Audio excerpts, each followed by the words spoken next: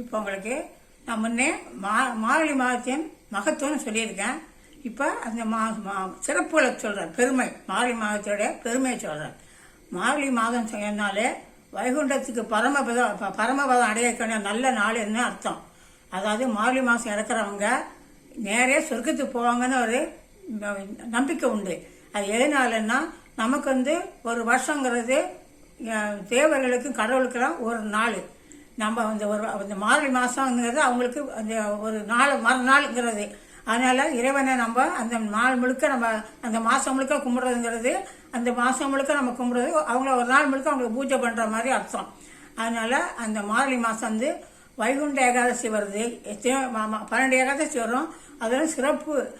பூலோகத்திலே சிறந்த இடம், வைகுண்டத்திலே சிறந்த இடம்னு ஸ்ரீரங்கத்தில் வைகுண்ட ஏகாதசிங்கிறத சிறப்பாக கொண்டாடுவாங்க.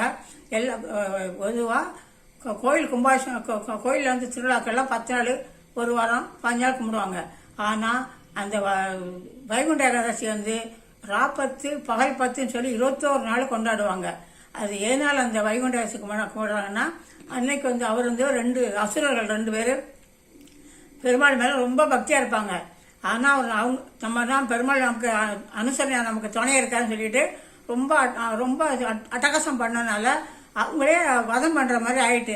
ஆனால் அவங்க 2 என்ன பண்ணாங்க, பெருமாளே நாங்கள் உங்கள் கூட சொற்கலவத்துக்கு வரணும்னு ஆசைப்பட்டு கேட்டோடனே சரி அப்படின்னு சொல்லி அவங்கள இந்த வைகுண்ட ஏகாதசி அன்னைக்கு அவர் அந்த 2 அசுரர்களையும் அந்த பரமபதம் வழியாக சொர்க்கத்துக்கு கூட்டு போன நாள் தான் அந்த வைகுண்ட ஏகாதசி. இப்பவும் அந்த ஸ்ரீரங்கத்தில் அந்த சுவாமி அந்த பெருமாள் போகிறப்போ மக்கள் எல்லாரும் அது பின்னாலே போய் அந்த சொர்க்கங்கிற அவருடைய இடத்துக்கு போகிறதுக்கு பின்னால் போகிற இடம் தான் வைகுண்ட சொர்க்கவாசல் திறக்கிறது அப்படிங்கிறது சொல்கிறாங்க. ஆனால் அந்த இன்னொன்று நம்ம ஆஞ்சநேயர், சிவனுடைய அம்சமான ஆஞ்சநேயர் பிறந்ததும் இந்த மார்கழி மாதம் அமாவாசையில் தான் பிறந்தார். சிவனுடைய அருள் எதுனா அது சூரியனுடைய சக்தியும் வாயுடைய சக்தியும் சேர்ந்து சிவனுடைய சேர்ந்து அனுமரை பற்றி நிறையா சொல்லியிருக்கிறேன். பிறகு உங்களுக்கு சொல்கிறேன். அவர் பிறந்தது இதுதான். அதே மாதிரி பாவை நோன்பு சொல்லியிருக்கிறேன். ஆருத்ரா தரிசனம், சிவன் நடனம் ஆட்டினது. ஆருத்ராங்கிறது நடனம் ஆடி காட்டினது. சிதம்பரத்தில் நடனம் ஆடி காமிச்ச இடமும் காமிச்சனாலும் இந்த மார்கழி மாதம்தான்.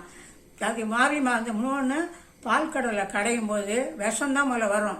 அதான் மக்கள்லாம் அந்த விஷத்தோடைய வேகம் தாங்கமா அந்த தேவர்களும் அசுரர்களும் மயக்காடுப்போ சிவன் அந்த விஷத்தை எடுத்து டக்குன்னு முழுங்கினோடனே அந்த விஷம் உள்ளே போகாமல் இருக்க பார்வதி அவருடைய தொண்டையில் கையை வச்சு அதை நிப்பாட்டிடுவா. ஐயோ, அதனால அவருக்கு நீலகண்டம் அந்த இடம் இப்போவும் அவருக்கு அந்த சிவனுக்கு அந்த கழுத்தில் நீளமாக தான் இருக்கும். அந்த எல்லா சிவனுடைய சிலையிலும் கழுத்து பக்கம் நீளமாக இருக்கும். அவருக்கு நீலகண்டன்னு பேர். அப்போ அந்த பிறகு அந்த அமுதத்தை கொடுக்கறதுக்காக விஷ்ணு பெருமாள் மோகினி வேஷம் போட்டு அந்த தேவர்களுக்கெல்லாம் கொடுத்த நாளும் இந்த வைகுண்ட ஏகாதசி அன்னைக்கு தான் தேவர்களுக்கு கொடுத்து. அப்போ அந்த 2 அசுரர்கள் என்ன பண்ணானுங்க, தேவர்கள் மாதிரி வேஷம் போட்டு அந்த பந்தியில் உட்காந்து அமுதம் சாட போகிறப்போ அதை தெரிஞ்ச விஷ்ணு பெருமாள் என்ன பண்ணுவார், அந்த அமுத கரண்டியெல்லாம் டக்குன்னு ஒரு அடி அடிப்பார் அந்த அசுரர்களை. அவங்க 2 பிளந்து ராகுவாகவும் கேதுவாகவும் மாறினாலும் இந்த வைகுண்ட மார்கழி மாதம்தான். அப்படி சிறப்பு மிக்கது மட்டும் இல்லை, நாத பிரம்மம் தியாகராஜர் அவர் நிறைய பாட்டு இருக்கிறார் எல்லா தெய்வத்து மேலே. அவருக்கு ஒரு விழா கொண்டாடுறதும் அந்த மார்கழி திருவையாறு உற்சவம்னு சொல்லி அவருக்கு அந்த எல்லா இசை பாடகர்களும் இசை கலைஞர்களும் வித்தர்களும் மேடை கச்சேரி பண்ணுறவங்களும் அவருக்கு அந்த அஞ்சலி பண்ணுற நாள் இந்த மார்கழி மாதம்தான். அந்த சிறப்புடையது. திருவையாறில் போய் அவருக்கு பஞ்சரத்ன கீர்த்தனம் பாடி அவர் பாடின பாட்டெலாம் பாடி அவருக்கு புகழாஞ்சலம் சொல்லுவாங்க. அது இந்த மார்கழி மாதம் சிறப்பு தான். இப்படி பல விதத்துலையும் நமக்கு மார்கழி மாதம் சிறப்பு மட்டும் இல்லை. நான் முதல்ல சொல்லியிருக்கேன், மார்கழி மாதத்தை நம்ம தவறிடாமல் நம்ம கும்பிட்டோம்னா மற்ற மாதங்களோட சிறப்பானது மார்கழி மாதம். அது இறைவனை கும்பிடுறதுக்கென்றே உருவான மாதம் மார்கழி மாதங்கிறது பெரியவர்களுடைய கொள்கை.